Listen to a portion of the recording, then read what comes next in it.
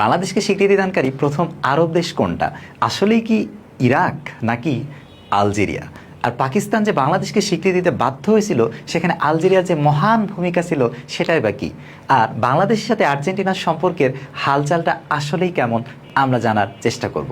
1971 সালে আমরা যখন স্বাধীনতা লাভ করি, এই স্বাধীনতার পরে পাকিস্তানের পরিকল্পনা ছিল বাংলাদেশকে আন্তর্জাতিক অঙ্গন থেকে একদম বিচ্ছিন্ন করে এক ঘরে করে রাখা। এ কারণে 1972 সালে আমরা যখন প্রথম একটা আন্তর্জাতিক সংস্থা কমনওয়েলথের সদস্যপদ লাভ করি, সাথে সাথেই কিন্তু পাকিস্তান কমনওয়েলথ থেকে নিজেদের সদস্যপদ প্রত্যাহার করে নেয়। এই প্রচেষ্টা কিন্তু বেশ কিছুটা সময় অব্যাহত ছিল। এই সময়টাতে আমাদের একটা আন্তর্জাতিক সম্মেলনে যোগদানের মাধ্যমে আন্তর্জাতিক মহলে গ্রহণযোগ্যতা বাড়ানোর জন্য আমরা প্রথম যে সম্মেলনে যোগ দিই সেটা হলো 1973 সালে ন্যাম সম্মেলনে। এবং মজার ব্যাপার হচ্ছে, সেই ন্যাম সম্মেলনটা ছিল আমাদের খুবই প্রিয় বন্ধু এবং মহান রাষ্ট্র আলজেরিয়াতে। এই আলজেরিয়া সম্মেলনে যোগদানের ফলে বাংলাদেশের আন্তর্জাতিক অঙ্গনের সাথে সম্পৃক্ততা বাড়তে থাকে, যেটা একটা অন্যতম কূটনৈতিক সফলতা হিসেবে বিবেচিত হয়। তাহলে আলজেরিয়ার অবদানকে কিন্তু অস্বীকার করার কোনো সুযোগ নাই। আরও মজার ব্যাপার হচ্ছে, 1974 সালে ওআইসি সম্মেলন হওয়ার কথা ছিল লাহোরে ওআইসি সম্মেলনে বাংলাদেশ যাতে যোগ দেয়, এ কারণে মুসলিম দেশগুলোর একটা চাপ ছিল। কিন্তু বাংলাদেশ স্পষ্টভাবে বলে দিয়েছিল আমরা ওআইসি সম্মেলনে যোগ দিতে পারি 3টা শর্তে। 1 নম্বর শর্ত হচ্ছে, পাকিস্তানে আমরা যখন সম্মেলনে যোগ দিব সেখানে আমাদের জাতীয় সঙ্গীত বাজাতে হবে, আমাদের জাতীয় পতাকা উড়াতে হবে, এবং 3 নম্বর শর্ত হলো যে বাংলাদেশকে একটা স্বাধীন সার্বভৌম রাষ্ট্র হিসেবে পাকিস্তানকে মেনে নিতে হবে, পাকিস্তানকে স্বীকৃতি দিতে হবে। এই যে 3টা শর্ত যখন প্রয়োগ করা হলো, তখন এই মুসলিম বিশ্বের চাপটা ছিল পাকিস্তানের ওপরে, যাতে পাকিস্তান বাংলাদেশকে স্বাধীন সার্বভৌম রাষ্ট্র হিসেবে স্বীকৃতি দিয়ে দেয়। এখন এই চাপ প্রদানের ক্ষেত্রে সবচেয়ে যিনি উল্লেখযোগ্য ভূমিকা পালন করেছিলেন, তিনি আলজেরিয়ার মহান প্রেসিডেন্ট হুয়ারি বুমেদিন নিজের পার্সোনাল বিমানে 7 জন প্রতিনিধিকে পাঠিয়েছিলেন বাংলাদেশকে শুধু রাজি করানোর ব্যাপারে, যাতে ওআইসি সম্মেলনে যোগ দেওয়া হয়। তার এই যে ঘটনা, সেটা আন্তর্জাতিক মহলে বেশ আলোচিত হয়েছিল এবং পাকিস্তানের উপর একটা ইমেন্স প্রেশার তৈরি হয়, যার ফলশ্রুতিতে 1974 সালের 22 ফেব্রুয়ারি বাংলাদেশকে একটা স্বাধীন সার্বভৌম রাষ্ট্র হিসেবে পাকিস্তান স্বীকৃতি দিয়ে দেয়। এবং তার পরিপ্রেক্ষিতে 23 ফেব্রুয়ারি আমরা লাহোরে যে ওআইসি সম্মেলনে যোগদান করি, এবং সাথে সাথে মুসলিম বিশ্বের মধ্যে আমাদের গ্রহণযোগ্যতা এবং সম্পৃক্ততা বাড়তে থাকে। তাহলে এই জায়গাটাতে আলজেরিয়ার ভূমিকাটা খুবই তাৎপর্যপূর্ণ এবং খুবই গভীর। মজার ব্যাপার হচ্ছে, 1974 সালে 22 ফেব্রুয়ারি পাকিস্তান যখন আমাদেরকে স্বীকৃতি দিয়ে দিয়েছে, একই দিনে ইরানও আমাদেরকে স্বীকৃতি দিয়েছে, ওই একই দিনে তুর্কিও আমাদেরকে স্বীকৃতি দিয়েছে।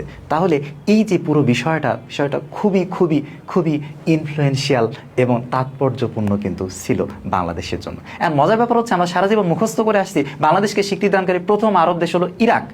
এখন এই জায়গাটাতে একটা বিতর্ক আছে। অনেকেই বলে থাকেন বাংলাদেশকে স্বীকৃতি দানকারী প্রথম আরব দেশ হলো আলজেরিয়া। এটার ব্যাপারে আপনারা ঢাকাতে অবস্থিত যে আলজেরিয়ার এম্বাসি, ঢাকায় অবস্থিত আলজেরিয়ার যে এম্বাসি, তাদের অফিসিয়াল অবস্থান দেখতে পারেন। এমনকি আলজেরিয়ার অ্যাম্বাসেডর রাবাল আরবি একটা সাক্ষাৎকার দিয়েছেন, এবং সেই সাক্ষাৎকারেও কিন্তু তিনি প্রথমেই উল্লেখ করেছেন বাংলাদেশকে স্বীকৃতি দানকারী প্রথম আরব দেশ হলো আলজেরিয়া। আমরা জানি ইরাক বাংলাদেশকে স্বীকৃতি দিয়েছিল 1972 সালের 8 জুলাই। মজার ব্যাপার হচ্ছে, আলজেরিয়াকে নিয়ে যে বিষয়টাতে মতামত আছে সেটা অনুযায়ী আলজেরিয়া বাংলাদেশকে 1971 সালেই স্বীকৃতি দিয়েছিল, এবং এটাই কিন্তু আলজেরিয়ার যে ঢাকা এম্বাসি সেখান থেকে প্রকাশ করা হয়। তার মানে এই বিষয়টাও যদি আমরা আমলে নিই, তাহলে জন্মলগ্ন থেকেই আলজেরিয়ার সাথে কিন্তু আমাদের একটা মহান বন্ধুত্বের অকৃত্রিম একটা ভালোবাসার সম্পর্ক, সেটা কিন্তু কোনো বাংলাদেশির কখনো ভুলে যাওয়া উচিত না। হৃদয়ের গভীর থেকে কৃতজ্ঞতা এবং ভালোবাসা প্রকাশ করা উচিত। অপরপক্ষে আমরা যদি একটু আর্জেন্টিনার বিষয়টা খেয়াল করি, 1971 সালে মুক্তিযুদ্ধ যখন শেষের পথে, আমরা চূড়ান্ত বিজয়ের পথে এগিয়ে যাচ্ছি, ঠিক সেই মোমেন্টে আপনারা জানেন ডিসেম্বর মাসে আমাদের মুক্তিযুদ্ধের স্বপ্নকে ধূলিসাৎ করার জন্য 3 বার জাতিসংঘে ভিটো প্রস্তাব, যুদ্ধবিরতির প্রস্তাব দেওয়া হয়েছিল। কিন্তু এটা আপনারা জানেন না, এই 3 বার প্রস্তাবের মধ্যে একবার প্রস্তাব দিয়েছিল 8টা দেশ। সেই 8টা দেশের মধ্যে একটা অন্যতম দেশ হলো আর্জেন্টিনা। তাহলে আর্জেন্টিনা ওই সময় বাংলাদেশের বিপক্ষে এবং পাকিস্তানের পক্ষে যুদ্ধবিরতির প্রস্তাব দিয়ে আমাদের বিজয়ের স্বপ্নকে ভুলণ্ঠিত করতে চেয়েছিল। সোভিয়েত ইউনিয়নের ভিটো দেওয়ার ফলে তাদের সেই যে দুঃস্বপ্ন, তাদের যে ষড়যন্ত্র, সেটা কিন্তু পূরণ হয়নি, কিন্তু তাদের প্রচেষ্টা ছিল যাতে আমাদের বিজয় অর্জিত না হয়।